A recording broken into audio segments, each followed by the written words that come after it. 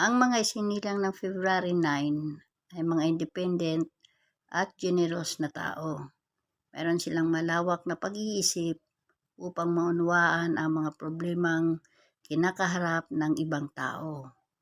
At ang kanilang nais ay makatulong sa mga ito. Ang kanilang winning attitude ay hindi matatawaran at ito ang nakatutulong ng malaki sa kanila upang maging magtagumpay sa buhay.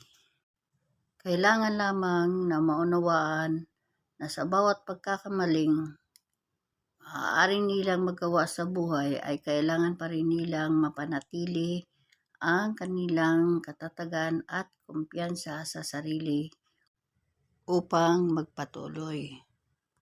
Being anxious, long-suffering, and inconsistent ang ilan sa mga negatibong karakter na makikita sa kanila. Samantalang ang mga positibo naman ay ang pagiging generous, resilient, and powerful ng kanilang mga characteristics. Bertie Power Truth: I will always seek the possible, not the obligatory.